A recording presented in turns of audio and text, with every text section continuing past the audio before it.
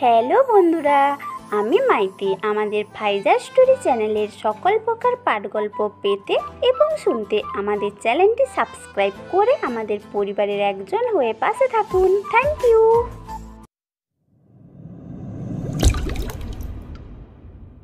কারোর হাতে গুলি লেগেছে, কারোর পায়ে, আবার কারোর পেটের ভিতরে গুলি লেগেছে।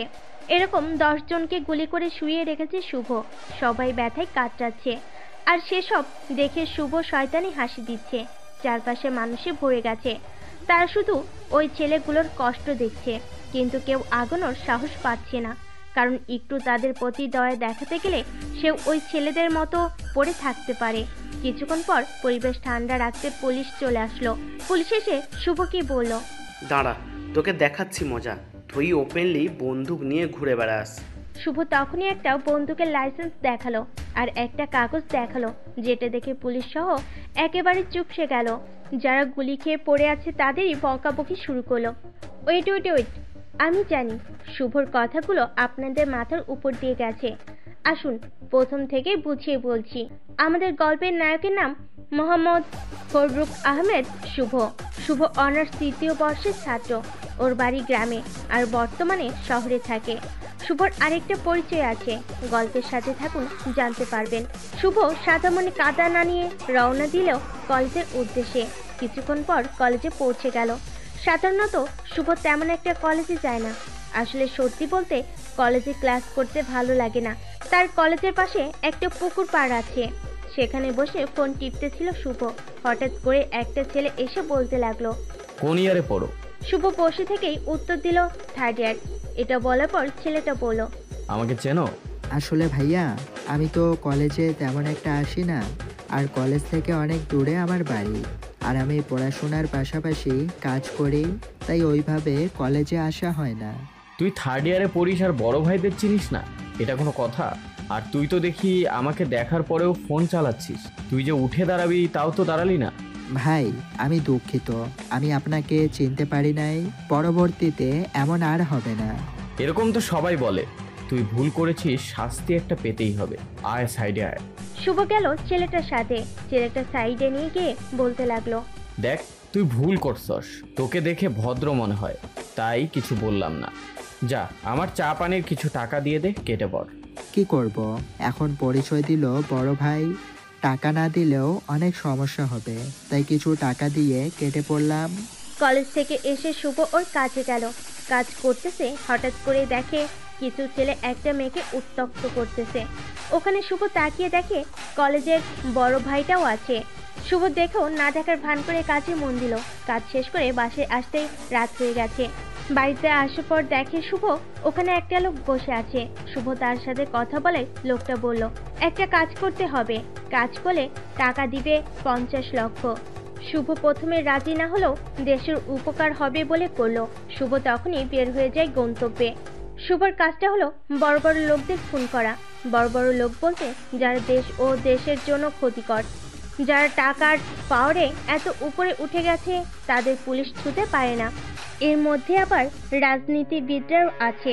তো এবার যাকে মারতে হবে সে হলো একজন ইয়াবা ব্যবসায়ী। গন্তব্যে এসে পৌঁছালো। এখানে কেউ একজন একটা চিঠি দিয়ে গেল শুভর হাতে। তাতে লেখা ছিল, কালকে রয়্যাল হোটেলে আসবে, 124 নম্বর রুমে উঠবে। তার আশেপাশে 5 জন লোক থাকবে যারা তার বডিগার্ড, এবং তারা অনেক শক্তিশালী। শুভ এটা পড়ে চিঠিটা খেয়ে ফেললো, আর ওর হোটেল রুম বুক করা ছিল। শুভ রুমে গিয়ে কিছু খেয়ে ঘুমিয়ে গেল। অবশেষে সেই সময় এসে পড়ল। শুভ সবকিছু দেখলো, কে কে আছে তার সাথে। দেখা শেষ হলে বুলেট প্রুফ জ্যাকেট পরে গুলি 2টা লোড করে পজিশন নিয়ে রেডি হয়ে গেল। যেহেতু হোটেল ম্যানেজমেন্টের লোক সাথে ছিল, তাই রুমের চাবি ছিল শুভর কাছে। একটা ওয়েটার দিয়ে রুমে ঢুকে কোনো কথা বলার চান্স না দিয়ে ডাইরেক্ট গুলি করলো মাথা সোজা বডিগার্ডের। পরে জায়গা চেঞ্জ করে 5টা হেডশট দিয়ে গুলি করে বডিগার্ডকে মেরে ফেললো। শুভর গুলি লেগেছিল, কিন্তু বুলেট প্রুফ জ্যাকেট থাকায় কিছু হয়নি। মারা শেষ হওয়ার পর ইয়াবা ব্যবসায়ী শুভর পা ধরে বসে পড়ল আর প্রাণ ভিক্ষা চাইল। কিন্তু শুভর ডিকশনারিতে ক্ষমা নাই, তাই একটা হেডশট মেরে ওর কাহিনী ওখানে শেষ করে দিল আর চলে আসলো সেখান থেকে। এখন আপনাদের মনে প্রশ্ন আসতেই পারে পুলিশ কিছু বলে না। আসলে শুভকে সবাই চিনে, যারা বড় বড় পুলিশের পদে আছে, আর শুভ যাদের মারে তারা সবাই পাপী, তাই কেসটাও থাকে না। কাজ শেষ করে চলে আসে ঢাকায়। শুভ ফ্ল্যাট ভাড়া নিয়ে থাকে। বাসে এসে টিভিটা ছেড়ে দিয়ে দেখে সেটার প্রচার করছে। তারা প্রচার করছে কোনো এক মাফিয়া শুটার ইয়াবা ব্যবসায়ীকে গুলি করে মেরে দিয়েছে। এই ইয়াবা ব্যবসায়ীর বাড়ি ছিল ভুরুঙ্গামারি। ওর নাকি 2টা ছেলে আছে যারা ভুরুঙ্গামারিতে দাঙ্গা মারামারি করে থাকে। তাদের বাবার খুনের কথা শুনে তাদের মাথায় রক্ত উঠে যায়। তারা কথা বলে মাফিয়া ডন রুবেলের সাথে। রুবেলের আন্ডারে অনেকে কাজ করে। যাই হোক, তাকে খুন করায় পুরো দেশের সন্ত্রাসীরা ইয়াবার খুনিকে খুঁজতে থাকে কে মারলো, কারণ এরা আরও বিভিন্ন লোককে মেরেছে। আসেন একটা গোপন কথা বলি, শুভই 26 বছর বয়সে কত সন্ত্রাসীকে মেরেছে তার হিসাব নেই। যাই হোক, এই ইয়াবা ব্যবসায়ীর অনেক টাকা থাকায় বড় রাজনীতিবিদরাও অনেক টেনশনে পড়ে যায় এবং খুঁজতে থাকে কে মারে। অনেক কিছু বললাম, 2 দিন কেটে গেল। শুভ পার্ট টাইম বা লোক চোখে ধোকা দেওয়ার জন্য রেস্টুরেন্টে কাজ করে। কাজ করতে গেল, যাওয়ার পর কয়েকদিন না যাওয়ায় মালিক কিছুক্ষণ বকাবকি করলো। শুভ তার কথা না শুনে অর্ডার নিতে গেল। অর্ডার নিতে গিয়ে দেখে একটা ছেলে বাহিরে দাঁড়িয়ে আছে। শুভ ওই টেবিল থেকে অর্ডার নিয়ে এসে অর্ডার পৌঁছে দিয়ে বাইরে গিয়ে বলল শুভ। এই ছেলে, এভাবে দাঁড়িয়ে আছো কেন? ছেলেটা কিছু বলছে না, চোখের দিকে দেখলো চোখে পানি জমে আছে, কিন্তু সেলফ রেসপেক্টের কারণে সমস্যার কথা বলতে চেয়েও বলতে পারছে না। কি হলো, কিছু বলছো না যে? তোমার বাড়ি কই? এর নাম কি? নাম নিলয় আহমেদ, বাসা ভুরুঙ্গামারি। এখানে আসছিলাম এক বড় ভাই এখানে। শুভ মনে মনে বলতেছে, ও তো আমার এলাকার ছেলে, অর্থাৎ আমার গ্রামের বাড়ি ফুরুঙ্গামারি। আমি পরিচয় না দিয়ে বললাম, তা তোমার বড় ভাইয়ের ওখানে না গিয়ে এখানে কি করো? এর তোমার শার্টে এত ময়লা ভরে আছে কেন? আসলে আমি জেনেছি আমার বড় ভাই এখানেই থাকে। আমি বাস থেকে নেমে অটোওয়ালাকে এখানকার কথা বললাম, তার অটোয় উঠলাম। এরপর আমার কেমন জানি মাথা চক্কর দিল, আর যখন ঠিক হলো তখনই দেখি আমি ফুটপাতের পাশে শুয়ে আছি। আমার ফোন, ব্যাগ কিছুই নাই, আর অনেক ক্ষুধা লেগেছে। পকেটে তেমন টাকাও নাই। ও, এই ব্যাপার। তোমার ভাইয়ের নাম কি? আর ভেতরে আসো, আমি বিল দিয়ে দিবনি। লাগবে না, আপনি শুধু আমার বাবার নাম্বারে কল দেন, যেন বড় ভাইয়ের নাম্বারটা নিয়ে নেয়, তাই হবে। আচ্ছা, নাম্বার দাও। পরে নাম্বার বলল। আমি নাম্বার তুলে দেখি মামা লেখা উঠছে। এর মানে এ আমার মামাতো ভাই। এখন আপনাদের মাথায় প্রশ্ন থাকতে পারে, মামাতো ভাইকে চিনেন না শুভ? আসলে শুভ 10 বছর থেকে বাড়ি যায় না। শুভর যখন 14 বছর বয়স, তখন সমস্যার কারণে বাড়ি থেকে চলে এসেছিল। এরপর বাড়ি যায় নাই। সব জানতে পারবেন, সাথে থাকেন। পরে নাম্বারে কল দিয়ে মামার সাথে কথা বলে নিলয়ের সাথে কথা বলে রেস্টুরেন্টে খাইয়ে বাসায় পাঠিয়ে দিল। বেশি কথা বললো না, কারণ রেস্টুরেন্টের মালিক এমনিতেই রেগে আছে। কাজ শেষ করে বাসায় আসলো শুভ। এসে বলল, চল কাপড় কিনে দেই। শুভ নিলয়কে নিয়ে বের হয়ে খাবার খেয়ে জিজ্ঞেস করলো বাড়ির সবাই কেমন আছে, কি অবস্থা সবার। কথা বলতে বলতে সবকিছু কিনে এসে শুনতে পেল ও কোনো একটা কলেজে চান্স পাইছে, সেখানে পড়বে শুভ। এখান থেকে শুভ পড়লো। আচ্ছা ঠিক আছে। তারপরে শুভ এসে রান্না করে খাবার খেলো 2 জনে। পরে শুভ ওর ছোট বোনের কথা জিজ্ঞেস করলো। ছোট ভাই বলল ও এই কলেজে আসছিল, কিন্তু ফুবাকে ভর্তি করিয়ে দিবে না, ওকে এই জন্য ওখানে ভর্তি করে দিয়েছে। ও আচ্ছা। আরেকটা বিষয় ক্লিয়ার করে নেই, শুভর মামাতো ভাই বোন অনার্সে পড়ে, নিউ অ্যাডমিশন। এখন বলতে পারেন তারা তো ভর্তি পরীক্ষা দিল না। আসলে অনেক কলেজ আছে যেখানে ভার্সিটিতে চান্স না পাইলেও ওখানে টাকা দিয়ে ভর্তি হওয়া যায়। আরেকটা কথা, লেখাপড়া ভালো করলে সব কলেজ থেকেই ভালো জায়গায় যাওয়া যায়। আর ভালো ভার্সিটিতে চান্স পাওয়া সেটা কপাল ও কষ্টের উপর নির্ভর করে। তাহলে গল্পে ফিরে আসি। পরের দিন ছোট ভাইকে সাথে নিয়ে গেল কলেজে গিয়ে বাঁধলো এক বিপত্তি। কলেজে যাওয়ার সাথে সাথেই একজন শিক্ষক শুভকে সাইডে নিয়ে গেল। স্যার, আপনি আমাকে সাইডে নিয়ে যাচ্ছেন কেন? আমি তো আপনাকে চিনি না। আমি তো তোমাকে চিনি, তোমার পরিচয় আমি জিলহজ ভাইয়ের কাছ থেকে শুনেছি। তোমাকে খুঁজতেছি, কিন্তু সময়ের অভাবে দেখা করতে পারছি না। ও আচ্ছা, তাহলে পরে কথা বলি। ছোট ভাইকে অ্যাডমিশন করাই দেই। করাই দিবা? আগে আলাপ পারতাম। জি সহজ ভাই আমাকে বলেছিল আপনার কথা, কিন্তু ওইভাবে মনোযোগ দিয়ে শুনি নাই। ওকে ভর্তি করে পাঠাই দেয়। পরে ওই স্যারটা সহ ওকে ভর্তি করে পাঠাই দিল। পরে স্যার আর শুভ ওখান থেকে চলে এলো। স্যার বলল, দেখো, তুমি হয়তো শুনছিলে ব্যাপারটা, তাও আবার বলি। স্যার কিছু ছেলের ফটো দেখালো এবং আবার বলা শুরু করলো। তবে মজার ব্যাপার এই যে ওই ছেলেগুলোর ভিতরে শুভর ওই বড় ভাইটাও আছে।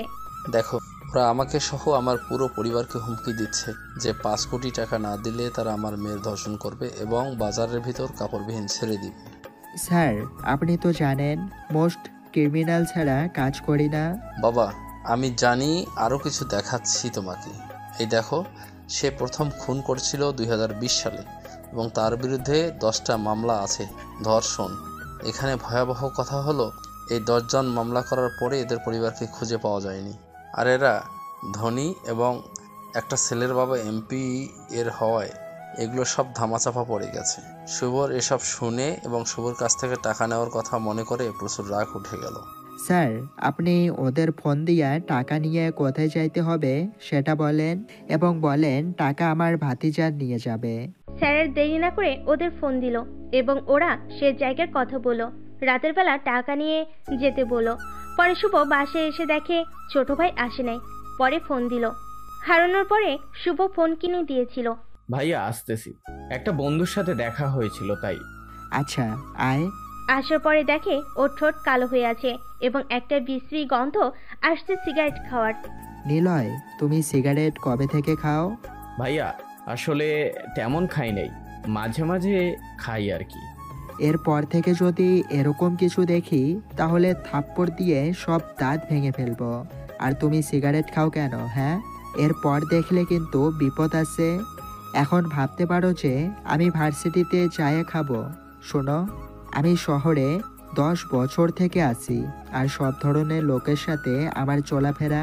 ভুলেও এসব খাবে না, এটাই তোমার লাস্ট এবং ফার্স্ট ওয়ার্নিং। যাও পড়তে বসো, আমি রান্না করছি। তারপরে রান্না করে খাবার খেয়ে ঘুমালো ওরা। ঘুম থেকে ওঠার পর নিলয় বলতেছে, ভাইয়া আব্বু কি টাকা পাঠাইছে ফোন কেনার জন্য? রাতে আমি বাইরে যাব, নিয়ে আসবো। নাকি তুমিও যাবা? মার্কেট তো কাছেই, আমি এখন গিয়ে নিয়ে আসি। এখনই নিয়ে আসবা? কত টাকা লাগবে? চলো তুমি সহ যাই। পরে শুভ একেবারে বের হয়ে ওর সাথে গেল। দোকানদার পরিচিত ছিল। পরে 30,000 টাকা দিয়ে ফোন নিল। ফোন কিনে ওকে পাঠাই দিল বাড়ির দিকে। আর শুভ গেল মিশনে। আর শুভ মুখ ঢাকে না, কারণ শুভকে যারা দেখে তার কেউ বাঁচে না। শুভ টাকার ব্যাগ নিয়ে ওখানে রেখে হেডশট মারলো। ওদের হাতে গুলি ছিল না। একজন গুলি মারতে এসেছিল, কিন্তু তাকে শুভ একটা মেরে বসিয়ে দিয়েছে। পরের দিন নিউজ চ্যানেলগুলোতে নিউজ করছে কেউ হেডশট মেরে দিয়েছে। অন্যদিকে এমপি তো পাগল হয়ে গেছে ছেলের মৃত্যুর কথা শুনে। আর এইদিকে শুভ সাদা মনে চলে গেল রেস্টুরেন্টে। মালিকের বকাবকি। এখন আপনারা বলতে পারেন যে এরকম বাদ দিলে রেস্টুরেন্ট মালিক কিছু বলে না। আসলে ভাই, চাকরি তো দিয়েছে সেনাবাহিনীর কর্নেল, তাই বের করে দিতে পারে না। কর্নেলের নাকি 50% শেয়ার আছে। পরে ডিউটি করতেছে, তখন দেখে ওই স্যার এসেছে। এসে বলল, বাবা, তোমার দাওয়াত, আমার বাড়ি যেতেই হবে। আচ্ছা যাব। স্যার চলে গেল দুপুরের দিকে। শুভদের একটা স্টাফ খাবার দিতেই হাত ফসকে ড্রিঙ্ক একটা মেয়েটার উপর পড়েছে। এটার কারণে পাশের মেয়েটা হয়তো তার বান্ধবী হবে। উনি স্টাফের গালে থাপ্পড় মারলো আর চিল্লানো শুরু করলো, ম্যানেজার ম্যানেজার বলে। শুভ গিয়ে ওই মেয়েটার গালে বসালো আর বলা শুরু করলো, দেখতে অনেক সুন্দর, মনে হয় লেখাপড়া করো, কিন্তু তোমার বাবা মা তোমাকে শিক্ষা দিতে পারে না। একবারে বদমেজাজি ফালতু একটা মেয়ের। যাও, রেস্টুরেন্ট থেকে বের হয়ে যাও। মায়ের থেকে মাসির দরদ বেশি। তোর এত বড় সাহস আমাকে মারলি? তোকে আমি জেলের ভাত খাওয়াবো দেখিস। তুই আমাকে চিনিস না, আমি একজন ভার্সিটি পড়ুয়া মেয়ে। সম্মান দিয়ে কথা বলো, বয়সে আমি বড় হব। আর পটর পটর না করে বের হয়ে যাও। মেয়েটা রেগে ফুলতে ফুলতে বের হয়ে গেল। তবে রাগার কারণে অনেক সুন্দর লাগছিল। মুখটা লাল হয়ে গিয়েছিল। এত ফর্সা দেখে মন দিয়ে কাজ করতেছে। তখনই দেখে পুলিশ আসছে ওকে ধরতে। এটা কোনো কথা? মায়া তো ফালতু আছে। পরে আর কি, পুলিশ থানায় নিয়ে গেল। শুভ থানায় গিয়ে কিছু টাকা মারলো। কাহিনী খতম। রাত 9টার দিকে ছেড়ে দিল। ওখান থেকে আর বাড়ি না গিয়ে সরাসরি গেল স্যারের বাড়িতে। বাড়িতে যেয়ে কলিং বেল দিতেই স্যার এসে দরজা খুলে দিল। মনে হয় শুভর অপেক্ষায় বসেছিল। যাওয়ার সাথে সাথেই আন্টি ভালো মন্দ জিজ্ঞেস করলো, কথা বলে সবার খাবার টেবিলে বসলো। আর তখনই আন্টি তাদের মেয়েকে সেতু সেতু নাম ধরে ডাকা শুরু করলো। শুভ স্যারের সাথে কথা বলছে আর খাচ্ছে। অনেকদিন এরকম রান্না করা খাবার খায় না, খেতে ভালো লাগছে। অনেক আইটেম করেছে, শুভর আম্মুও করতো। হঠাৎ করে কঠিন কণ্ঠ শুনতে পেল। এই ফকিনি আমাদের বাড়িতেই এইভাবে খাচ্ছে কেন? কেউ আসতে বলেছে? শুভ মাথা তুলে দেখে সেই রেস্টুরেন্টের সেই মেয়েটি। শুভ কিছু বলার আগে, কথা ভালো করে বলতে শেখো, এরকম ব্যবহার তোমার কাছ থেকে আশা করিনি। আর তুমি ওকে চিনো? ওর সাথে ওরকম করে কথা বললে কেন? হ্যাঁ চিনি, উনি আমাকে মেরেছিল দুপুরে। আমি তো ভুল কিছু করিনি স্যার। আপনি একজন শিক্ষক হয়ে আপনার মেয়েকে মানুষ করতেই পারেননি? আজে বাজে কথা বলো না বাবা, আমি তোমাকে বলছি। পরে সব কিছু বলল। আর এটা শুনে স্যার অনেক বকলো। আমরা রেস্টুরেন্টে কাজ করি বলে কি আমরা মানুষ না? স্যার বকাতে না খেয়ে চলে গেল। শুভ খাবার খেয়ে আসার সময় বলল, স্যার আপনার মেয়ের চলন ভালো না, বিপদে পড়তে পারে জায়গা মতো। এরকম ব্যবহার দেখালে আপনার মেয়ে সবাইকে যেন সম্মান দেয়, এরকম কিছু শিক্ষা দেন। এটা বলে চলে আসলো বাড়িতে। আর ছোট ভাইয়ের জন্য কিছু খাবার কিনে নিয়ে আসলো, কারণ যে আর রান্না করতে পারবে না। এদিকে সেতুর বাবা সেতুকে ধমকাচ্ছে, কারণ সেতুর ওই রকম আচরণ দেখে। সেতু আবার তার বাবাকে জিজ্ঞেস করছে, কে সেই ছেলে যার কথা বিশ্বাস করে এমন করে বলছো এবং তার কথা শুনে আমাকে বকছো? মারে, ওর পরিচয় দেওয়ার সাহস আমিও পাই না, কারণ ওর পরিচয় যে ভালোভাবে জানে তার হয়তো কমই বেঁচে থাকতে পারে। তাও আমাকে বলো। বলতে পারি, কিন্তু কথা দে ভালো হয়ে যাবি, সবার সাথে ভালো ব্যবহার করবি, আর ওর সামনে ভুলেও ভুল কাজ নিয়ে যেন না পড়িস সেটাও চেষ্টা করবি। এমনকি কারোর সাথে অহংকার করবি না। আমি যা বলবো তার কথা জীবন চলে গেলেও বলবি না। তোমার মাথায় হাত রেখে কথা দিলাম, সব কিছু মেনে নিলাম। তোমার কথায় বড় খেলাফ হবে না। তাহলে শোনো, ওর নাম শুভ, আর ও হলো আর্মিদের গোপন এজেন্ট, যার কাজ হলো যেগুলো পাপীদের আইনের মাধ্যমে কিছু করতে পারবে না তাদের গোপনে মেরে ফেলবে। আর আমাদের দেশে দুইজন আছে, শুভ এবং রিফাত। রিফাত এখন বাহিরের দেশে গেছে মিশনে, আর শুভ এখানে থেকে মারছে। মোবাইল চালাও, জানো তো অনেক বড়লোক ও ব্যবসায়ীদের খুন হয় এইসব শুভ মেরেছে। এই কথাগুলো শুনে স্যারের পরিবারের সবাইকে একেবারেই স্তব্ধ হয়ে গেছে।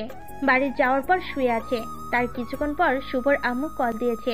এখন আমি বাড়িতে না যাওয়ার কারণটা বলছি। আমার বয়স যখন 16, তখন আমাদের এলাকায় একটা মারামারি বাজে চেয়ারম্যানের সাথে আমার আব্বুর। আমি তো মারামারি করতেই পারিনি, কিন্তু একটা রাগ আমার মনের ভেতর ছিল, যেটার কারণে আমি এই রাগটা খাটিয়েছিলাম চেয়ারম্যানের মেয়ের উপরে। চেয়ারম্যানের মেয়ে আমার সমবয়সী এবং মারাত্মক সুন্দরী, তাই সুযোগ বুঝে একদিন রাস্তায় আটকায়া প্রচুর মারি এবং টেনে চুল ছিঁড়ে দেয়। আর এটা যখন জানাজানি হয় তখন আব্বু ধরে অনেক মারে। এরপর থেকে আমি বাড়ি থেকে চলে আসি এক কাকার সাথে। সে আমাকে ঢাকা নিয়ে আসে। আসার পর ধীরে ধীরে আমি ভয়ঙ্করভাবে তৈরি হই, কারণ আমার কাকা ছিল প্রচুর গাঁজাখোর। আর ঢাকা তার বন্ধুগুলো ছিল বড়লোক, কারণ তারাও ছিল গাঁজাখোর। ওদের মাধ্যমে আমি হয়ে উঠি এক আতঙ্ক। সাথে থাকেন, আরও কিছু জানতে পারবেন। শুভর আম্মু কথা বলতে বলতে বলল, তোমার আব্বু বলে কথা বলবে। এটা শুনে শুভর শরীর একটু নড়ে চড়ে উঠল, কারণ 10 বছর থেকে বাবার সাথে ও ছোট বোনের সাথে কথা বলে না, বলেও আম্মু এবং মামাদের সাথে কথা হয়। শুভ ভয় ভয় গলায় বলল, আচ্ছা দাও ওই পাশ থেকে। কেমন আছো? ভালোই থাকবে হয়তো। আমি কথা বলি না বলে তুমিও তো বলার চেষ্টা করো না। 10 বছর থেকে বাড়ি ছাড়া, তোমাকে যে কতটা ভালোবাসি সেটা তুমি তো জানো না। কিন্তু কোনো দিন ভাবো নাই তোমার বোনকে ছোট রেখে গেছিলাম, সে কেমন আছে সেটাও কোনো দিন জিজ্ঞেস করো নাই। এখন তুমি ভাবো কে অপরাধী, তুমি নাকি আমি? এখনো তোমার বাড়ি ছাড়ার কারণে তোমার মা আমাকে দোষারোপ করে। আর তোমার আম্মু অনেক মোটা ছিল, কিন্তু তোমার জন্যই কান্না করতে করতেই মানুষটা শরীরে এখন শুধু হাড্ডিগুলো আছে। তাহলে ভাবো কে ভালো কে দোষী। আশা করি বুঝতে পারছো। আর বেশি কিছু বলবো না, সময় হলে আসিও বাড়ির দিকে। এসব কথা বলে ফোনটা রেখে দিল।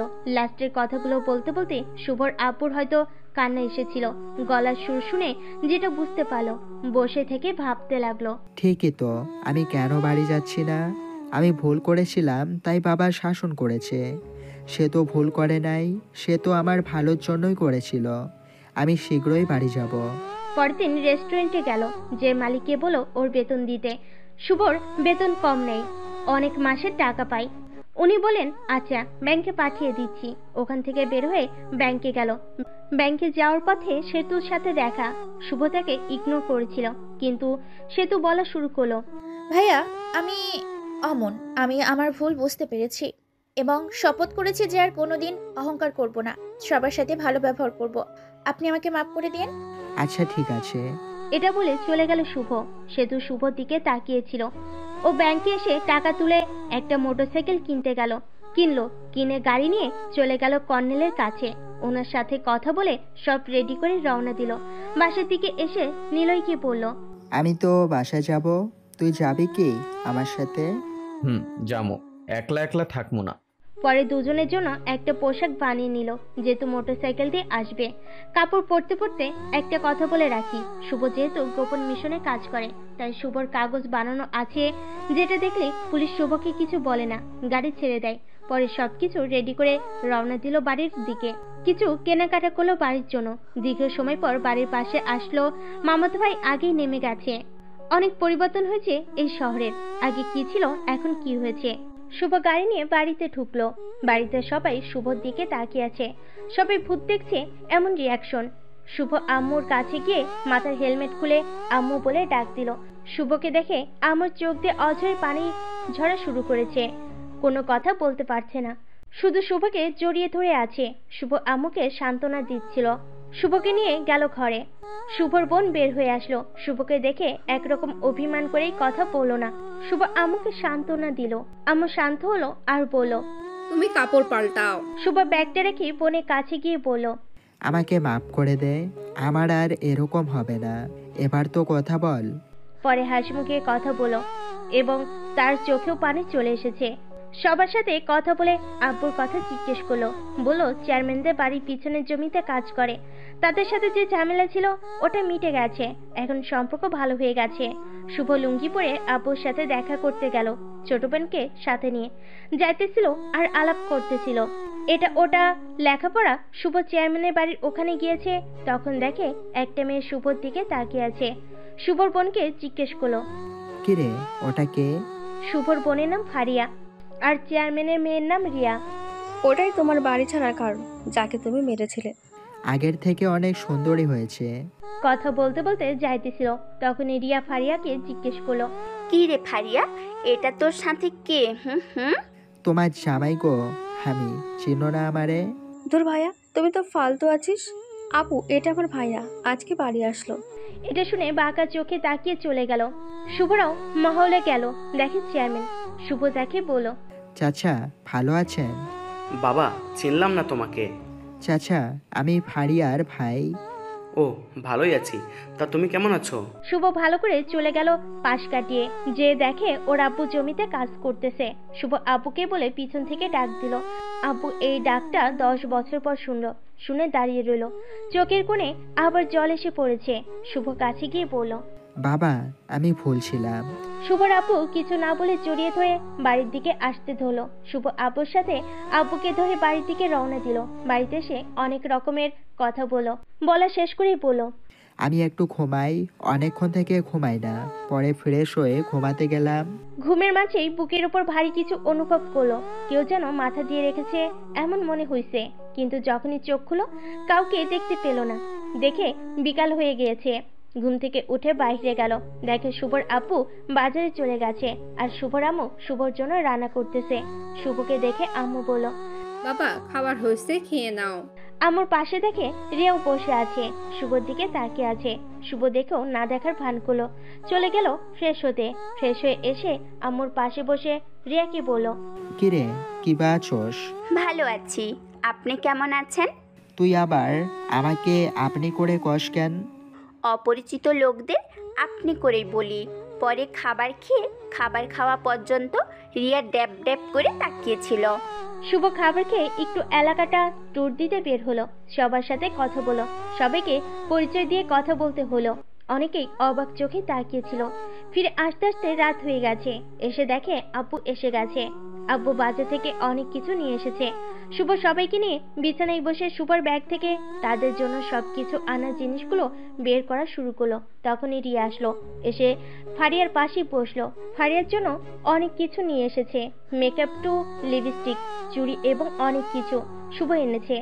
যখন মেকআপ বক্স দিবে তখনই ফারিয়াকে একটা দিল, আরেকটা রিয়াকে দিতে গেলে কিন্তু রিয়া না করলো, নিবে না। আর তোর মুখে মেরেছিলাম না, এটা তোকে দিলাম, ওই মুখের যত্ন নে। আহারে, দরদ উঠলাইয়া পড়ে। তোমার বোনের জিনিস আমি নিব না, ইচ্ছে থাকলে বাজার থেকে কিনে এনে দিস, তা তো ক্ষমতা হবে না, শুধু মারতেই পারবি। আচ্ছা, না নিলি? পরে শুভ দেখে মামারা মামিরা সবাইকে আসতে। শুভ ওর মামাদের অনেক আপন মনে করে, কারণ শুভর 5টা মামা আর শুভ একমাত্র ভাগিনা। আর ছোটবেলায় মামাদের সাথে বেশি সময় কেটেছে, সবার সাথে কথা বলল। সবাই আবার রাতেই চলে গেল। পরের দিন ফারিয়া বলতেছে, চল আমার সাথে কলেজে যাবি। কয়েকটা ছেলে আমাকে ডিস্টার্ব করে, শুভও রাজি হয়ে গেল। শুভ ওর সাথে গেল গাড়িতে করে নিয়ে। তখনই দেখে রিয়া বের হয়ে এসেছে, যাবে কলেজে। শুভদের সাথে ও উঠে পড়ল। শুভ কলেজের সামনে যেতেই ফারিয়াকে দেখে পদ্মাশীল ইত্যাদি বলে উত্তক্ত শুরু করলো। ফারিয়া পদ্মা করে যায়। শুভ ফারিয়াকে দাঁড় করিয়ে রেখে কাছে গিয়ে বলল, ভাইয়া, এসব করা ভালো না, তোমরা এসব থেকে বিরত থাকো। কিন্তু একটা ছেলে বলল, যা, তোর জ্ঞান দিতে হবে না। আরো গালিগালাজ করলো, কিন্তু কিছু বলল না। শুভ চলে আসলো। ফারিয়া চলে গেল কলেজে। শুভ রিয়াকে বলল, তুমি কই যাও? তুমি যেখানে নিয়ে যাবে। বুঝলাম না। তুই তো বুঝবি না, কেন বুঝবি? কালকে তো তোর বোনের জিনিস দিতেই চাইলি, এখন তুই আমাকে কিনে দে।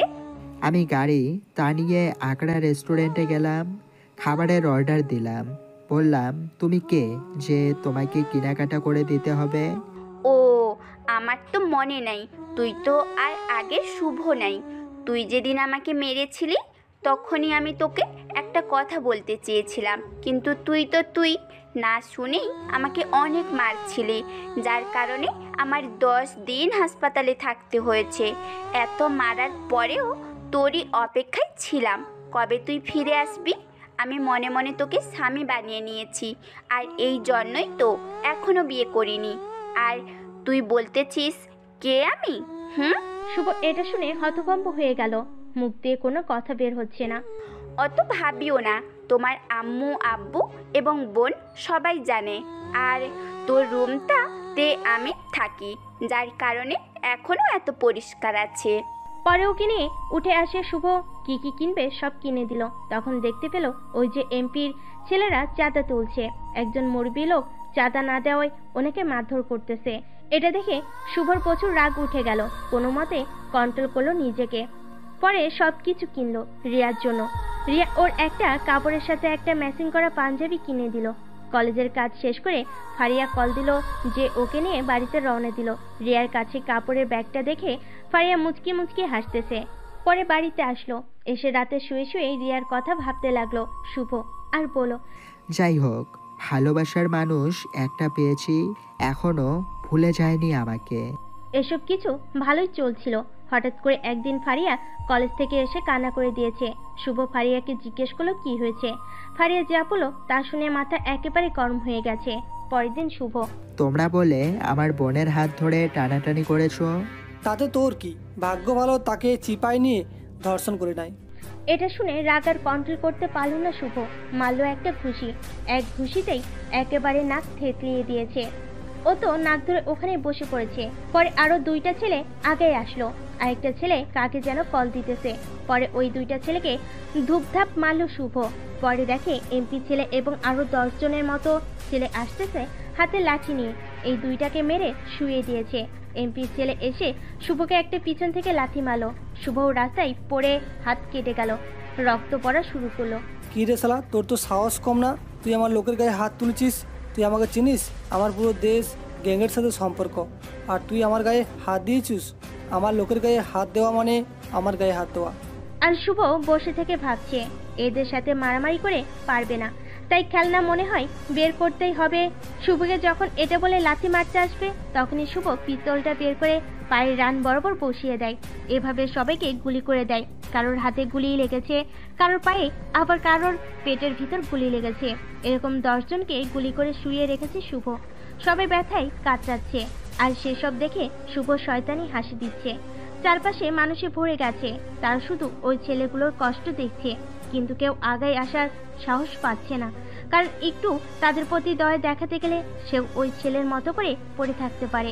কিন্তু সবাই আফসোস হলো তাদের মুখে একটা তৃপ্তির হাসি, যেটা বোঝা যাচ্ছে স্পষ্ট। তখন এমপির ছেলেকে একটা কথা বলে রাখি, এই যে এমপির ছেলে আছে এই হলো যে প্রথমে মেরেছিলাম ইয়াবা ব্যবসায়ী, তারই ছেলে, সে এমপি ছিল আর অনেক টাকা থাকায়। আশা করি ক্লিয়ার হয়েছেন। মুখের অংশ চাপ দিয়ে বলল, আব্বে তোর বাপেরও আমি খুন করেছি আর তোকেও আমি মারবো, তাও ওপেনলি সবার সামনে। এটা বলে মাথা বরাবর গুলি করলো শুভ। সবাই এবার হতভম্ব হয়ে গেল। কিছুক্ষণ পর পরিবেশ ঠান্ডা রাখতে চলে আসলো পুলিশ। পুলিশ এসে শুভর কলার ধরলো। ধরার সাথে সাথেই শুভ একটা থাপড় মারলো আর বলল, আপনার সাহস কি করে হলো আমার কলার ধরার? এটা বলে গুলির লাইসেন্স দেখালো শুভ এবং কিছু মানুষ সাহস করে বলা শুরু করলো, যা করেছে ঠিকই করেছে, এদের মেরে এলাকাকে বাঁচিয়েছে। পুলিশকে আরেকটা কাগজ দেখালো। কাগজটা দেখে শুভর কাছে মাপ চাইলো আর কিছু বললো না, বরং যারা পড়েছিল তাদেরকে নিয়ে গেল মারতে মারতে। পরে শুভ বোনকে নিয়ে চলে আসলো বাড়িতে। এসে আব্বু আম্মু রিয়া হাজারো হাজারো প্রশ্ন করা শুরু করলো। এদিকে শুভ শহর থেকে ফোন করেছে যে তোমার ফেস রিভিল হয়ে গেছে, তোমার উপর হামলা হতে পারে। শুভ বলল একটা মাইক্রো পাঠিয়ে দাও। শুভ ওর পরিবার নিয়ে ঢাকা যাবে, কারণ একটাই, ওর পরিবারে হামলা হতে পারে। পরে শুভ আব্বু আম্মুকে বলল, আব্বু আম্মু সব কথা পরে বলছি, তোমরা আগে কাপড় প্যাক করো। আব্বু আম্মু বলল, কিন্তু কেন? বের হও বলছি, কারণ আমার কারণে তোমাদের বিপদ হতে পারে। তারা বোঝার আগে কয়েকজন লোক দেখি হামলা করে দিয়েছে, তাদের মারতে মারতে ওইদিকে গাড়ি এসে গেছে আর আম্মু সব কাপড় রিপি করে ফেলেছে। ওইদিকে আমার কথা রিয়া শুনে সেও এসে পড়েছে। এদিকে গাড়ি এসে পড়েছে। গাড়িতে উঠে শুভ রওনা দিল সবাইকে নিয়ে, আর মনে মনে বলছে এই মিশনে সবাইকে একেবারে মেরে ফেলবে। এইদিকে শুভকে নিয়ে নিউজ হচ্ছে যে সেই ভয়ঙ্কর খুনিকে খুঁজে পাওয়া গেছে। রিয়া শুভর পাশে বসে আছে। সুযোগ পাওয়া মাত্র রিয়া বুকে মাথা রাখলো আর ফারিয়া মুচকি মুচকি হাসছে। এত টেনশনের ভিতরেও একটু ভালোবাসা, রোমান্টিকতা পেয়ে শুভর মনের ভিতর অন্যরকম এক অনুভূতি কাজ করছে। শুভ বসে থেকে রিয়ার মাথায় হাত বুলিয়ে দিচ্ছে। শুভর পিছনে লাগছে দেশে বড় বড় মাফিয়া পুলিশ, কিন্তু শুভ হয়ে গেছে রোমান্টিক। অবশেষে বাসায় আসলো, কিন্তু এটা একটা গোপন জায়গা বা শুভ নিজস্ব বাড়ি। এটা করেছিল শুভ। বাড়িতেই ঢুকে দরজা আটকে দিয়ে সবাইকে নিচের দিকে নিয়ে গেল।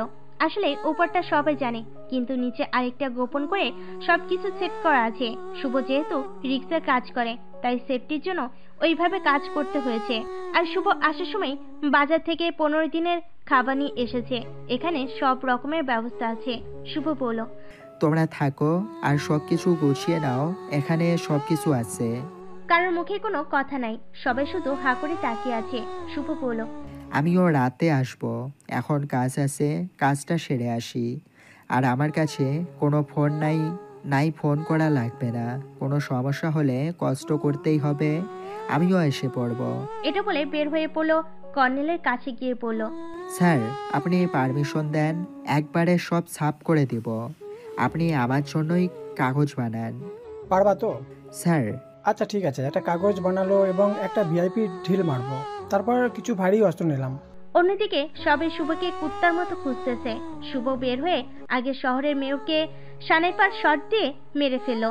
এটার কারণে প্রশাসন সহ সবাই ভয়ে কেঁপে উঠেছে, কারণ নামে মেয়র হলেও সে হলো ভয়ঙ্কর একজন লোক এবং তার আন্ডারওয়ার্ল্ডের সাথে ওঠা বসা। এদিকে তো কুত্তার মতো খুঁজতেছে গোয়েন্দা বিভাগ। পুলিশ সহ শুভ তাকে মেরে চলে আসে বাড়িতে। শুভর বাড়িটা এমন জায়গায় তৈরি কেউ খুঁজেও পাবে না। বাসায় আসার পর সবাই ওকে এলিয়েনের মতো দেখতেছে। আসলে তুমি কে বলো তো? তোমাকে পুলিশও ধরলো না? আমি যখন চলে আসি বাড়ি থেকে তখন আমার রাগ অনেক, তা তো জানোই। একদিন একটা মেয়েকে ধর্ষণের হাত থেকে বাঁচিয়েছিলাম আমি তখন ছোট্ট, কিন্তু সাহস নিয়ে গেছিলাম। মেয়েটা ছিল এক অফিসারের মেয়ের। পরে ওনার মাধ্যমে আর্মিতে যাই। ওখানে রাগ বেশি থাকায় শুধু ভুল এবং মারামারি করতাম। এই জন্য আমাকে কঠিন কঠিন শাস্তি ভোগ করতে হতো। পরে একটা কর্নেল আমার এরকম কাজ দেখে আমাকে আরই অনেক কঠিন কঠিন ট্রেনিং দেওয়ায় এবং স্নাইপার চালানো শেখায়। আর ডিটেলস সব বাংলাদেশ থেকে ডাটা এন্ট্রি থেকে মুছে ফেলে। আর আমাকে দিয়ে যারা অবৈধ কাজ করে তাদের শাস্তি দেয়। সবাই হা হয়ে তাকিয়ে আছে আমার দিকে। আমি ফারিয়া এবং রিয়াকে বললাম, মোবাইল দিয়ে দেখে সার্জারি করা শিখো, কারণ কখন কোন অবস্থায় আসবো ঠিক নাই। এমনও হতে পারে যে মারাও যেতে পারি। এটা শুনে আম্মু ও রিয়া কাঁদো কাঁদো হয়ে গেল।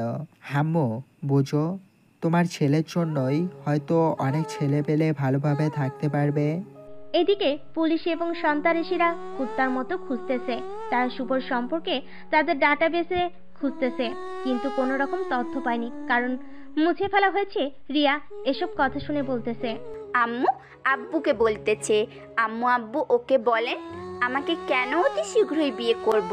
চিন্তা করো না, কালকে আসার সময় কাজে নিয়ে আসবো নি। শুভ এদিকে ভাবতেছে, এদিকে শুভর জীবন যাবে যাবে ভাব, অন্যদিকে রিয়া পড়ে আছে বিয়ে নিয়ে। পরের দিন সবার আগে ঘর থেকে বের হয়ে গেল। এবার সবার চোখ ফাঁকি দিয়ে দেশের সবচেয়ে বড় গ্যাং ডানহাতের বাড়িতে।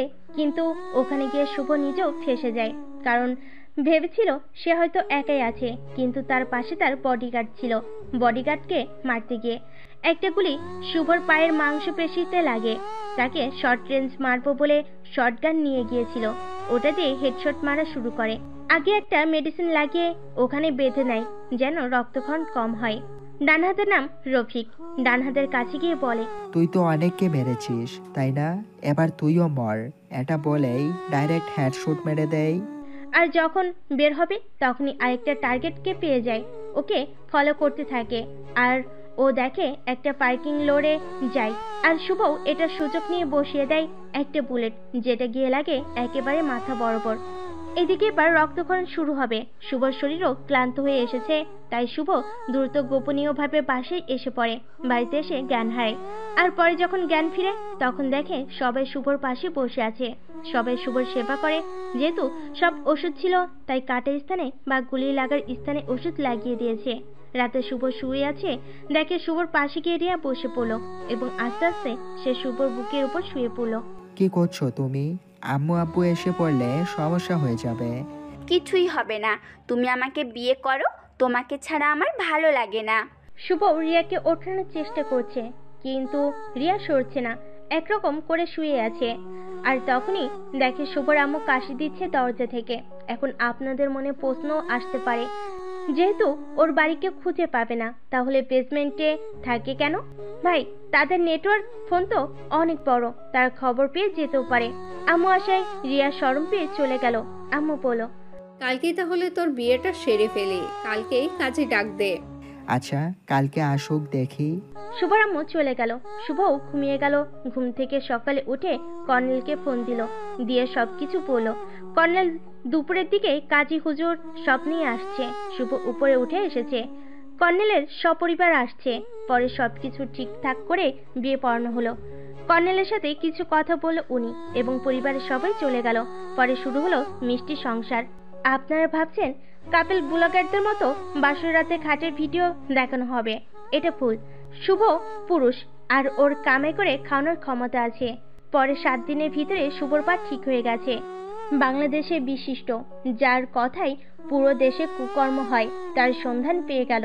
তার নাম হলো সুহেল। সে আছে একটা সিক্রেট জায়গায়, তাই ওকে মারে একটু ঝামেলা হয়ে যাবে, কিন্তু মারতে তো হবেই। তাই শুভ সবার কাছ থেকে দোয়া নিয়ে বের হয়ে গেল।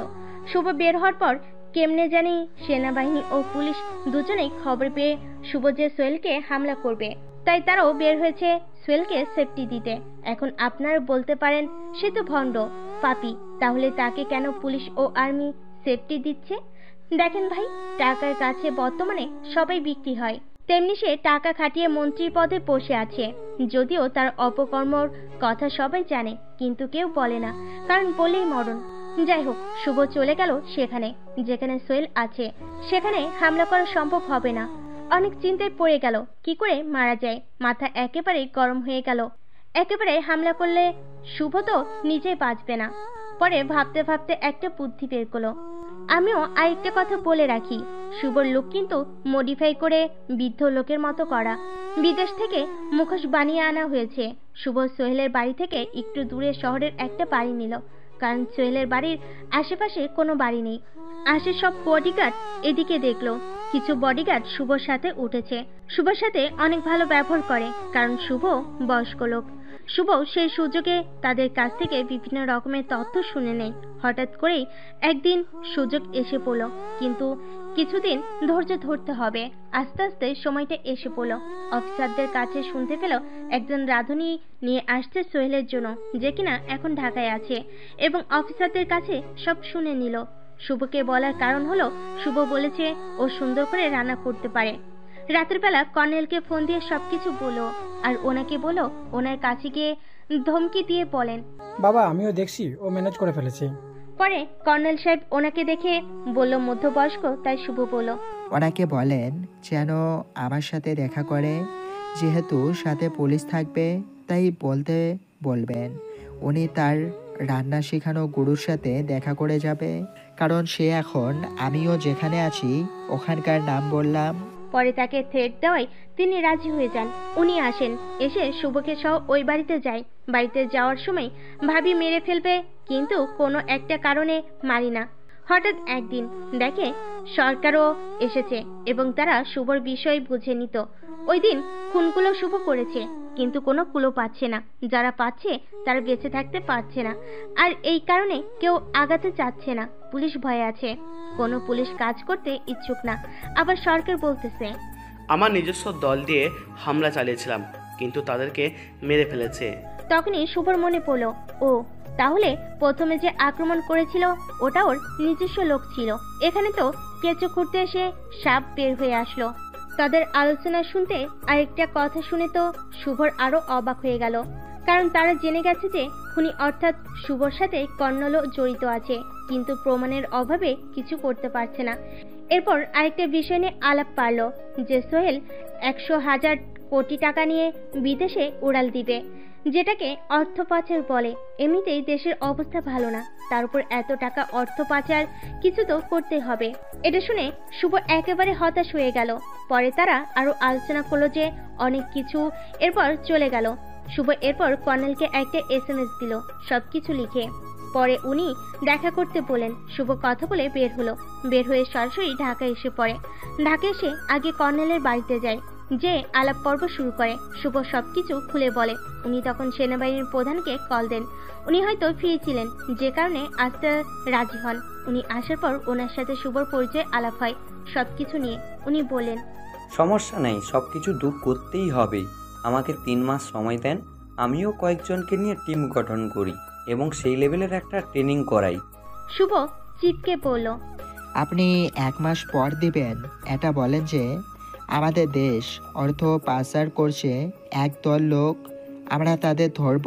এই ব্যাপারে জনগণকে উস্কিয়ে দিবেন, কারণ সরকারকে মারতে অতটাও সহজ হবে না। আর আমিও এই দিক দিয়ে সোহেলকে টপকিয়ে দিচ্ছি, ওর পুরো গ্যাং সহ। সোনা ঘুমাবা তো? সাথে ঘুমাবো। পরে রিয়াকে বুকে নিয়ে ঘুমালো। রিয়াও ছোট বাচ্চাদের মতো ঘুমিয়ে গেল। যখন ঘুম ভাঙলো তখন দেখে রিয়া উঠে গেছে। শুভও উঠে ফ্রেশ হতে গেল। ফ্রেশ হয়ে দেখে কিছু রান্না করেছে, তাই সবগুলো খাবার খেলো।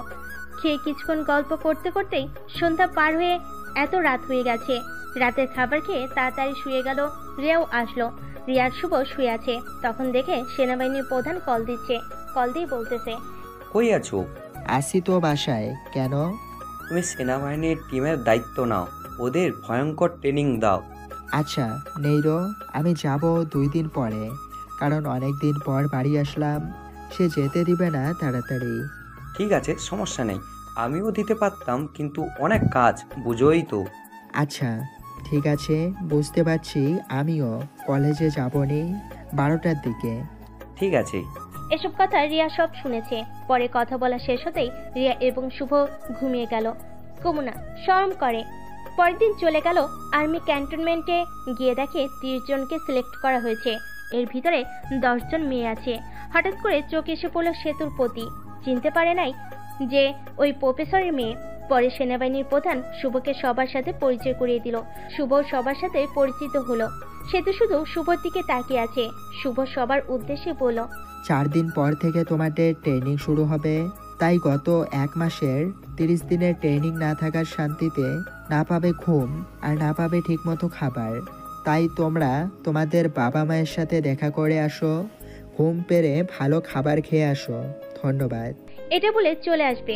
তখনই পিছন থেকে সেতু ডাকতেছে স্যার স্যার বলে। দাঁড়িয়ে বললাম, কি হয়েছে? স্যার, আপনার সাথে কিছু কথা ছিল। বলো। আমাকে তো চিনতে পারছেন? হুম। তাহলে ভাইয়া করে বলি। ভাইয়া, আমার আব্বু আম্মুকে সন্ত্রাসীরা মেরে ফেলেছে। পরে কর্নেল আঙ্কেল আমাকে এখানে জয়েন করিয়েছে। আর বাবা মা মারা যাওয়ার আগে বলেছিল আপনার সাথে দেখা করতে। আপনি একটা ব্যবস্থা করে দিবে এবং সেফ থাকবো। শুভ স্যার মানে সেতুর বাবার মৃত্যুর কথা শুনে অনেক কষ্ট পেল এবং বলল, সমস্যা নেই, তুমি চলো আমার সাথে, আমার বাড়িতে সবাই আছে। ঠিক আছে, তাহলে আমি এই কয়দিন আপনাদের সাথেই থাকবো। আর একটা কথা, আমি তো খোলামেলা, তাই ঘুরিয়ে পেঁচিয়ে সময় নষ্ট না করে বলে ফেলি, আপনাকে আমার অনেক ভালো লাগে। মনে মনে ভালোবেসে ফেলেছি। শুভ কিছু বলল না, না বলে শুধু বলল, ভাই হিসেবে ভালোবাসতেই পারো, চলো আবার বাড়ি যাওয়া যাক। পরে ওকে নিয়ে বাড়ির উদ্দেশ্যে রওনা দিল শুভ। সেতুর দিকে তাকিয়ে দেখে মিষ্টি মিষ্টি হাসতেছে। হয়তো ভেবেছে শুভ রাজি আছে। শুভ মনে মনে বলল, চলো বাড়ি যাই, ভালোবাসা আপনা আপনি দূর হয়ে যাবে। পরে বাড়িতে আসলো। সেতু ওকে নিয়ে ঢুকতেই সেতুর দিকে কেমন করে রিয়া তাকিয়ে আছে। শুভ সবার দিকে তাকিয়ে বলল, অমন করে তাকিয়ে থাকো না, 4 দিনও আমাদের বাসায় থাকবে। পরিচয় করিয়ে দিচ্ছি, ও হলো সেনাবাহিনীর সদস্য। আর সেতু আঙ্গুল দিয়ে দেখিয়ে বলল, এটা হলো আমার কিউট আম্মু, এটা আমার আব্বু, এটা আমার ছোট বোন। আর শুভ সেতুর পাশ থেকে সরে গিয়ে রিয়ার পাশে গিয়ে বলল, এটা হলো তোমার ভাবি, আমার বউ। এটা শুনে সেতু আকাশ থেকে পড়ল, অবাকভাবে তাকিয়ে আছে। পরে ওকে ফারিয়ার রুমে নিয়ে যেতে বলল। আর এদিকে প্রধানমন্ত্রী সবার সাথে মিটিং করতেছে টাকা আনার জন্য। প্রধানমন্ত্রী ভালো করে একটা মিথ্যা বলে অনেককেই রাজি করেছে, কিন্তু 10 জনের মতো রাজি হয়নি। পরে ওগুলোর ডিটেলস শুভকে পাঠিয়ে দিয়েছে। এদিকে সেতু রিয়াকে সহ্য করতে পারে না। রিয়া একদিন রাতে শুয়ে শুয়ে শুভকে বলছে, আচ্ছা সে তুমি এটা আমাকে দেখতে পারে না কেন? সে ভেবেছিল আমি সিঙ্গেল, তাই প্রপোজ করেছিল। আর বাড়িতে এসে দেখে আমার বউ আছে, তাই হয়তো। তুই তো যাতা, ওকে বিয়ে করে ফেলিস না। বিয়ে করলে খুশি হবে নাকি?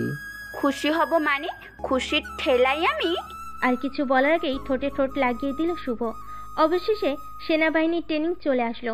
শুভ আগে ওদেরকে নিয়ে 10 জনকে নিয়ে ওদেরকে তুলে নিয়ে আসে।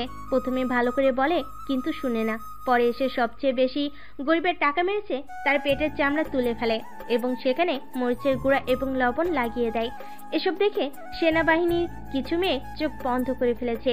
এই দেখে সে তো মনে মনে বলছে, বাড়িতেই কত রোমান্টিক আর শালা এখন কত পাষাণ্ড।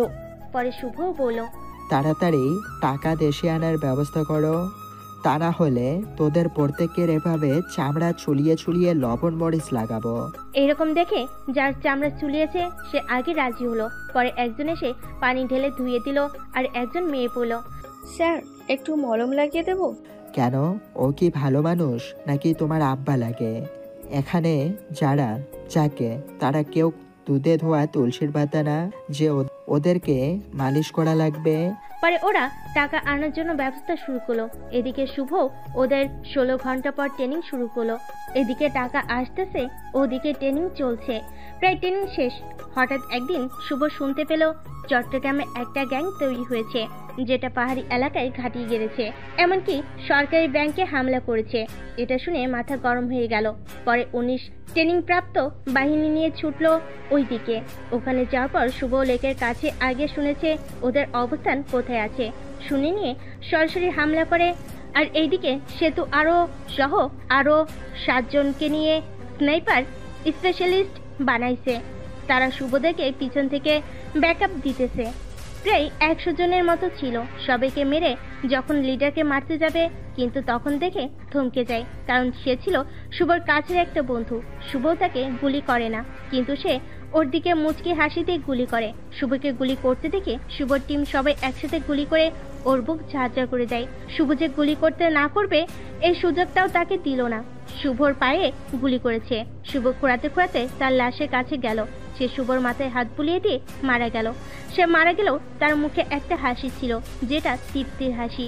এদিকে শুভকে তুলে নিয়ে ওর টিম শুভদের ক্যাম্পে এসে শুভর ওখানে চিকিৎসা দেওয়া বা মেডিসিন দেওয়া শুরু করে। আর শুভ শুধু ওর বন্ধুর হাসির কারণ খুঁজছে। পরে এসব নিউজ পুরো দেশে ছড়িয়ে গেছে। দেশে সব জিনিসের দাম বেশি, যেটা এতটা হয়ে গেছে মানুষের অবস্থা খুবই খারাপ। মধ্যবিত্ত যারা সবাই এখন সরকারের বিরুদ্ধে আন্দোলন শুরু করবে, যেটা শুভ শুনতে পেল আব্বুর কাছে। আব্বু একবারই গিয়েছিল। আর শুভদের জেলা থানা গ্রামে একেবারে দেশের গরিব জেলা, তাই থানা এখানের পরিস্থিতি ভয়াবহ।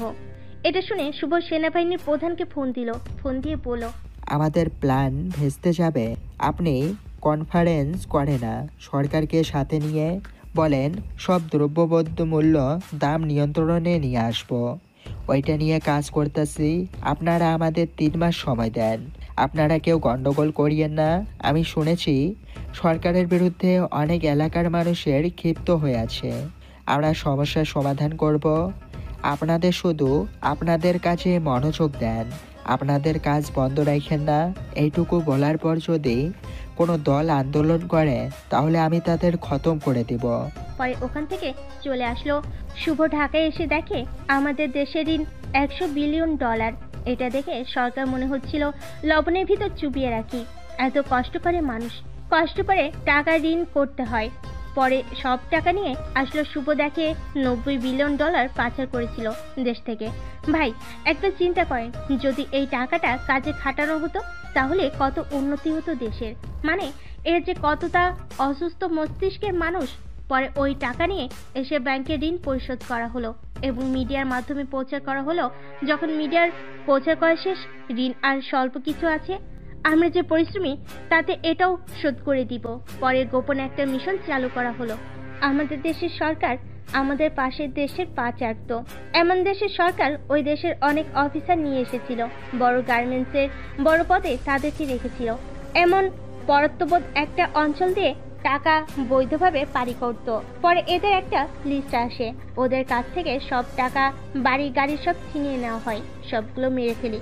পরে যখন দেশে এটা শুনতে পারে, তারা বর্ডারগুলো একটা 509 জনের একটা বাহিনী পাঠায়, যারা তাদের দেশীয় গ্যাং হিসেবে পরিচয় দেয় এবং তারা আমাদের দেশের কিন্তু ট্রেনিং নিয়েছে বা দিয়েছে, সব টাকার লোভ দেখিয়ে কবজা করে নিয়েছে পাশের দেশ। এটা শুনে শুভ্ররা সরাসরি চলে ওই স্থানে। আর শুভ্ররা যায় 30 জন, কারণ শুভ্ররা সবসময় রেডি থাকে। শুভ্ররা একদিন আগে যায় আর আর্মি বাহিনী পরের দিন আসবে। শুভ্ররা যেয়ে সরাসরি আক্রমণ করে দেয়, যেহেতু এলাকা পাহাড়ি। যারা স্নাইপার চালায় তারা তাদের পজিশন নেয়, তারা পিছন থেকে এবং লোকেশন বুঝিয়ে দেয় শুভ্ররা। প্রায় অনেকেই শেষ করে দিয়েছে, কিন্তু শুভ্ররা 2টা টিম হয়েছে যারা সরাসরি স্পটে ঢুকে পড়েছে। ওই পাশ থেকে শুনতে পেল শুভ্রর যে 2 নাম্বার টিম আছে ওরা আটকা পড়েছে এবং একজনকে ওরা মেরে ফেলেছে। এটা শুনে শুভ্ররা ওদিকে মুভ করে আর সব স্নাইপার স্পেশালিস্ট ওদের দিকে গুলি করে। শুভ্ররা ওখানে পৌঁছে যায় এবং দেখে 2 জনকে মেরে ফেলেছে। পরে শুভ্ররা হামলা করে দেয় এবং তাদেরকে মেরে ফেলে। পরে শুনতে পায় যে ওদের এই গ্রুপ আরও 2টা ঘাঁটি আছে। 2টি লাশকে ল্যাম্পের উদ্দেশ্যে পাঠিয়ে দেয় এবং লাশ বাড়িতে পাঠিয়ে দেয় তাদের, এবং যথেষ্ট সম্মানের সাথে 2টি সাথী বা নিজের এত কষ্ট করে তৈরি করা সৈনিকের মৃত্যু দেখে শুভ শকড, একটু বেশি খেয়ে যায়। পরের দিন পুরো বাহিনীর ফোর্স চলে আসে এবং ওই 2টা ঘাঁটি আগে থেকেই পজিশন নিয়ে আছে। এই কারণে তারা আগে থেকে জেনে গেছে তাদের আগের ক্যাম্প শুভরা উড়িয়ে দিয়েছে। শুভ কোনো কিছু চিন্তা না করে হামলা করে, কারণ শুভরা তাদের তুলনায় বেশি এবং ব্যাকআপের জন্য স্নাইপাররা তো আছেই। শুভরা একবারে সবগুলোকে একেবারেই ঝাঁঝা করে দেয়, কিছু রাখে নাই, একেবারে সবাইকে শেষ করে। এই ঘাঁটির ধ্বংস হওয়ার পর ওই ঘাঁটির পিছনে যেতে থাকে, কিন্তু ওরা পালানোর আগেই হামলা করে দেয়। ওখানেও সব শেষ করে দেয়। শুভও সেনাবাহিনীর প্রধানকে ফোন দিয়ে বলে টাকা আসছে, এবার সব শেষ করে দিব, সব কিছু নতুন করে শুরু করব। তুমি যা বলো তাই হবে। এটা শুনে শুভ আরো পাগলা কুত্তা হয়ে গেল। তার যে ঘাঁটিগুলো করেছিল সেগুলো ছিল শুভর থানায়, আর যেহেতু শুভর বাবা এখানে ছিল, শুভর বাবা ওদেরকে বলেছিল দেশের বিরুদ্ধে যেও না, কিন্তু তারা মেরে ফেলেছে। এটা বাড়িতেই জানাই নাই। শুভ অর্ডার পেয়ে এক এক করে খুঁজে বের করে এবং কোনো কথায় নাই ডাইরেক্ট হেডশট মেরে ওখানেই খতম। লাস্ট নিউজ চ্যানেলের সব ডকুমেন্ট যেগুলো সরকার এবং তার পার্টি করেছে সব কুকর্ম তুলে দেয় শুভ। এটা দেখানোর কারণে জনগণ যেন আরো খেপে যায় এবং পরবর্তীতে সুবিধা হয়। পরে শুভর টিম নিয়ে সব কুকর্ম করা লোকেদের, দেশকে ফকির বানানো লোকগুলো যারা গরিবের রক্ত চুষে খেয়েছে তাদেরকে মেরে ফেলে, কোনো কথা বলে না। যে কৈফত চাই তাকে বলি দেশের খবর শুনেন এবং পুরো দেশে হত্যাকাণ্ড চালায়। লাস্টে মারে সরকারকে। এটা করতেই সময় লাগে 14 দিন। 14 দিনে প্রায় 2000 জনকে মেরে ফেলেছে। সবকিছু আবার নতুন করে হবে, নতুন সরকার গঠন হবে। এরকম হয়তো কোনো দেশে হয়নি, এরকম প্রথম হলো। দেশ স্বাধীন করেছিল বাইরের রাষ্ট্র থেকে, শুভ স্বাধীন করলো দেশের ভিতরের বেঈমানদের কাছ থেকে। আপনারা সচেতন হন, কেননা আপনাদের দেশও এরকম হতে পারে। আপনি জাগুন, আপনার পাশের সব মানুষকে জাগান, দেশের ভিতরের শত্রু আগে দূর করুন। পরে নতুন করে ভোট করা হলো। অনেকেই বলল তুমি সরকার হও, তখন শুভ বলল আমি দেশ চালানোর জন্য এখনো পারফেক্ট হইনি, আমার থেকে আরো ভালো অভিজ্ঞ লোক আছে, তাদের দেন, তারা ভালো করে চালাতে পারবে। আমাদের ধর্মই অনেক নেতা আছে, তাদের দেন, এবার হয়তো দেশের শান্তি আসবে। শুভ বাড়ি চলে আসে। বাড়িতে এসে আম্মুকে বলে আব্বু আর নেই। কথা শুনে ভেঙে পড়ে, কিন্তু শুভ সান্ত্বনা দেয় এবং আব্বু শহীদ হয়েছে এটা বলে। 5 মাস পর দেশে একটু শান্তি ফিরে এসেছে। শুভ এখন আর্মিদের ট্রেনিং দেয় স্পেশাল, আর শান্তিতে একটা ঘুম দেয় বউ নিয়ে। সরকার হলে টেনশন বেশি থাকতো, বউ নিয়ে ঘুম হতো না। শুভ এখন বউকে ছাড়া থাকতে পারে না। এখানে আজকে গল্প শেষ করছি। এভাবে শেষ করলাম কারণ গল্প শুধু কাল্পনিক এবং বাস্তবতার সাথে আছে কিছু মিল। তো হ্যালো বন্ধুরা, গল্পটা কেমন হয়েছে তা অবশ্যই কমেন্ট করে জানাবেন। আর এরকম সুন্দর সুন্দর গল্প পেতে অবশ্যই আমাদের চ্যানেলটা সাবস্ক্রাইব করে পাশে থাকবেন। ধন্যবাদ সবাইকে।